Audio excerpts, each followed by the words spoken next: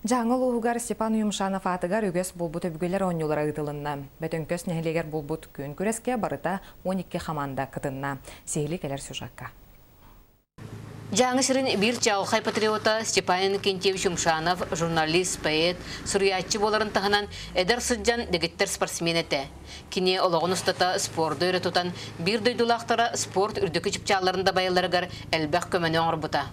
Кен осыны жаңы сырығыр спорт сайдырығар бары күйін ұрғыт.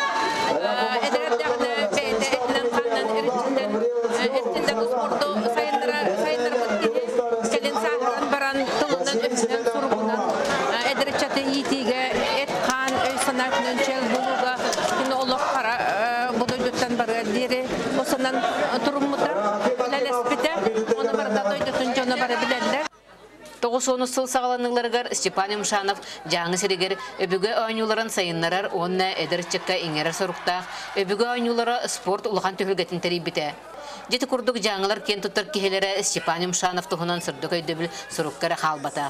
Ол күрдік сылына айытылар өбігілерін ойнуларығар алғыста қата дұрғаннақтық ақтылан әдірчекка үтіе қолы бұрынан болар. Бұл бәйбіт Степан Кентьевич Юмшанов тәрейбет өбігі ойнутығар кәрән кіттағыр жабыт батай командасынан бары түмшен.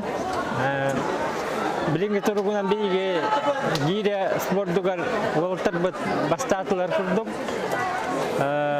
Тоққа саңнан үтіге бақа команданын үміс местағы жабыт. Так, қапсағайға